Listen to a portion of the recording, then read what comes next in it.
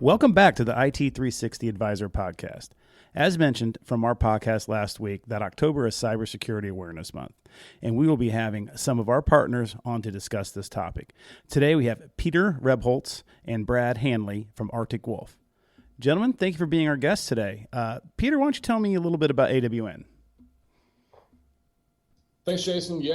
So Arctic Wolf is a managed SOC company. So we work with IT 360 and resellers to effectively end cyber risk by reducing impacts of intrusions and reducing the frequency of an intrusion even happening in the first place. So our main goal is to really significantly improve the dwell time to detect people in the network, and then also just work with vulnerabilities to see, I guess, what is critical, what needs to be patched, and really look to create a holistic viewpoint of how to effectively manage your cybersecurity operations. Okay, great. I tell you what, every day we hear some things pop up, around Indianapolis, it's hospitals, and I'm sure that's nationwide, being one of the targets. Other than healthcare, what are some of the main top targeted industries that you guys are seeing, and why is that? Yeah, so this is Brad Hanley. I am the pre-sales engineer over at Arctic Wolf. So some of the top verticals that we're seeing today are that of like legal, finance. We get into a lot of banking. There is a large and growing focus on the manufacturing space with new regulations that are coming out from the DoD. I would say those are probably the largest areas of focus for cybersecurity in general. Now, is that just because of compliance issues, or are like bad actors really kind of targeting that industry, those industries, I guess? I would definitely say both. I think that a lot of times the way regulations have been focused is they have been identifying sensitive information and industries that carry that sensitive information, and then implementing laws to try to protect some of that data. In the case of the legal industry, there's no necessarily like law saying that you have to do X, Y, or Z, but oftentimes that's driven by the customers that the law firms have. So that's kind of an interesting case. And then most recently, I think that the big change that's happened in the industry is a move from the regulations driving security awareness and investment to insurance companies actually starting to make that. So average everyday organizations that purchase cybersecurity insurance are now starting to see stronger requirements in order to get cyber insurance around how they protect their information. And it's directly correlated to specifically what they're doing and what their premiums are, because quite frankly, insurance organizations are sick of paying out for ransomware attacks when people are not investing in the bare minimums. Oh yeah, absolutely. I mean, I can understand that. I mean, they should have a little bit of skin in the game and that type of effort. So, as I make calls to potential clients and talking to them, same thing with our, any one of our even our current clients. But most of the people I'm speaking to, like law firms, smaller companies, let's say 15 employees and less, that don't have an internal IT department, have somebody's dad probably doing their IT. I mean, how do you guys go approaching them to really let them get the understanding on how important it is to have a product like Arctic Wolf in their corner? What are the other things that they're actually being exposed to, and being able to monitor the traffic? I focused a lot on law firms. I focus a lot on financial industries as well. And I come across this quite a bit. I just kind of figured if there's anything you guys have out there that would help kind of just push it along a little bit. I think the big thing that really separates Arctic Wolf from a lot of the other providers out there is this operational approach that we take to cybersecurity, where, it might be, and it's, smaller instances like that where you have a de facto IT guy, might not know how to utilize a lot of the tools that might be existing to prevent intrusions or breaches, like your firewall, your antivirus tools. And what Arctic Wolf really does is we correlate all those alerts, and we actually provide we call a concierge security team. So we provide human experts that overlook and learn your environment and get to understand the alerts that they're receiving that they might not really know what to do with, and we can help operationalize that process to give them a plan of attack and ways to continually harden their security posture over time. Okay, yeah, that's it is interesting, and I think the 24/7 monitoring. I kind of always, when I have the conversation with whoever the decision maker is, it's what happens when that person is out of town. Like, you have one IT guy. If he's out, what's if he's sick? Who's monitoring everything? Who's keeping an eye on everything? I think that is a true benefit of having the organization like Arctic Wolf in place, because you do have that 24/7 monitoring. You have multiple people there. You don't have to worry about one guy leaving and keeping your company exposed. Now, I'm going to change gears here a little bit. Remote users, this has been a big talk with the pandemic and COVID and all that, with everyone kind of being working from home. And it seems like a lot of people stayed working from home. What are you guys seeing that is exposing individuals and companies from this type of work environment? Yeah, I think the biggest changes that we've seen with the pivot from the work from home are people maybe overly relaxed in their house and not really taking the everyday precautions that they might have been previously doing while they were at the office. I think there's a level of security and comfort when you're at home. And it's easy to forget about some of the things that you would maybe be a little bit more on your feet or on your toes about if you were in the office. So people clicking on emails that they probably shouldn't be clicking on, responding to things that they shouldn't be responding to, giving out, too much information. I think that's probably one of the larger things. And then on the other side of the equation is the attackers have identified that this is a trend and this is happening. And I think that, what's called the gray hat hackers out there. So the ones that are definitely doing criminal activities, but try to make a profit off of it. And it's a little bit more nuanced than I'm a bad guy versus I'm a good guy and gal. But I think that there's a lot of hackers that are out there that have excess time on their hands, and they're utilizing that to find vulnerabilities in systems. And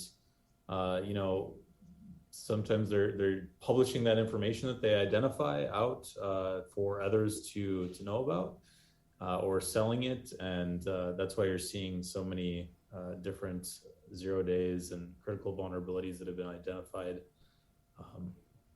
Look at Chrome. I think Chrome alone has had a handful of 0 day vulnerabilities that were identified this year. And it's not just a Chrome thing. It's like every major piece of software or operating system that's out there's suffered from the same. Gotcha. Yeah. I think the other interesting thing is not necessarily just a remote worker, but the hybrid remote worker. Now, how does that different from just someone being 100% remote because they're coming into the office, they're coming, working from home? Like, how does that up a little bit of the risk?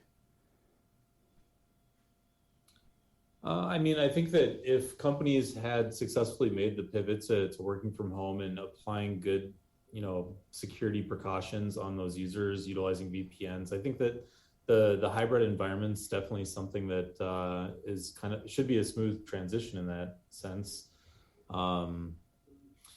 If they were not doing kind of their best practices, obviously the users at home are going to be in a very risky situation, just because, and I think I said the last time I was on your podcast, was the home networks are kind of like the Wild West. You just never know what you're going to get. So it's all about hardening your endpoint and ensuring you're utilizing best practices, password managers, multi-factor authentication, up-to-date VPNs, things like that.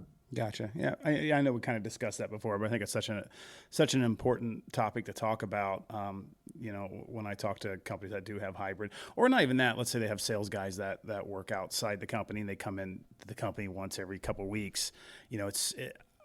I think it's so important to have those endpoints covered and really monitor that east-west traffic, not so much that northwest, that they're just as exposed to the east-west traffic, as they are people coming in and out of the firewall undetected. So let me ask you this. If a company does realize they've been compromised, in your guys' opinion, what's the first thing they should do? Yeah, I mean, if they're a customer of ours, it's definitely contact our security teams that run 24/7, 365. That's easily the most important thing that they should do is give us a call, and we'll kind of guide them through the overall incident response process, talking about containing, looking at identifying logs to understand the attack vector, removing the intruder from the environment, preventing any further damage, things like that. So if a company, let's say it's a larger company, 50, 100, 250 employees, and they have an internal IT department, do you guys feel like that is enough to have if Arctic Wolf isn't in place? Like if they feel like they have some other SOC system in place, how do they know if it's enough? And if not, how do you go about recommending more security? Yeah, so I think there's several ways to go about that. I mean, in the example that you were kind of talking through, doing tabletop exercises where you pick your biggest attack vector or your largest fear, if you will. So most commonly you'll do a ransomware tabletop, and you'll identify the initial access point and what could potentially happen, and then you go in and actually test the controls that you have to see how you would be able to prevent that. So it's a little bit more of a tabletop type exercise. Otherwise, engaging a third party to do a penetration test into your network. And what I mean by penetration test is not only vulnerability scans, but actually having a highly skilled hacker be able to go in and run exploits and do privilege escalations, try to gain persistence within the environment, and see what sort of data or level of access that they could get from within the network. And then taking all of that really important information and going about prioritizing remediation of what's identified during those paid engagements. Another really good way, and I would say maybe one of the strongest ways, is to do a risk assessment. There's several different risk assessments that are out there. You can just pick a control framework that you prefer. You could do something like the Center for Internet Security's critical security controls. They have their, I guess now, top 18 with the version 8 that has come out recently. And essentially mapping what you do internally, so your internal security controls, to the controls of the CIS. And that should give you a pretty good understanding of where you sit from a security standpoint and where your investment priorities should lie. Gotcha. Yeah, I think from a sales guy, this is where I come from. When I talk to the head of IT for a company, they're really reluctant to let me have access to those types of things because, for one, I think it shows weakness as an employee of the company. So I just try to figure out a best way of trying to approach it the best way I can to get them to let us do a penetration test. And Sure. Do you understand what I'm saying there? Like, it's like, Yeah. oh, if they're doing their job right, then it shouldn't even be a question. But if, we come in and we do a penetration test and there's a bunch of vulnerabilities there, it's going to make them look bad. And is it going to jeopardize their job? I'm not telling you guys how to give me the right answer for that, but I'm like, do you guys come across companies like that? And Yeah, how do you get around that? Yeah, I think that's a pretty common, sentiment, and it shouldn't be, honestly. It should be welcome with open arms. And the reason why I say that is, traditional IT and IT security have changed quite dramatically over the years. And the way I like to kind of describe it is utilizing a bit of an analogy. So you go into your general physician to do your regular checkup.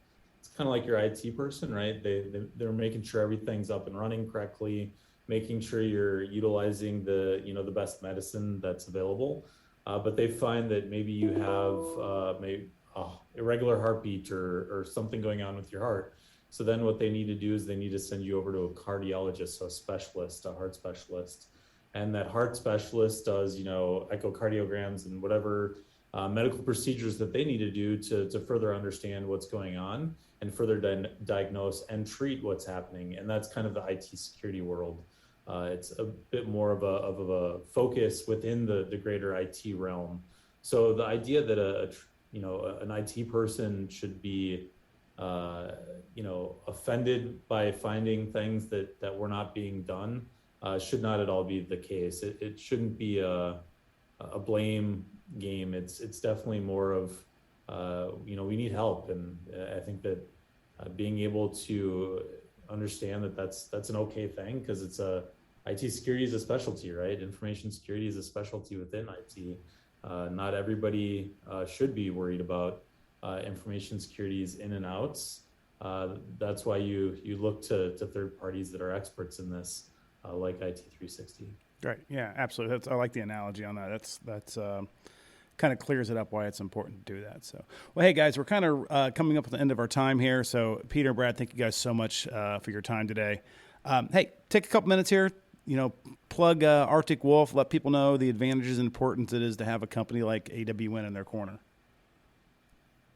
Yeah, certainly. I mean, it's certainly so important to get that visibility and know when someone is in your network. And, we work super well with IT360, have a lot of experience working with them and their customers. But really the intrusion piece and, being able to contain a threat if you are inflicted, it's really so paramount to prevent not only, ransomware, but really any sort of intrusion or breach or data breach.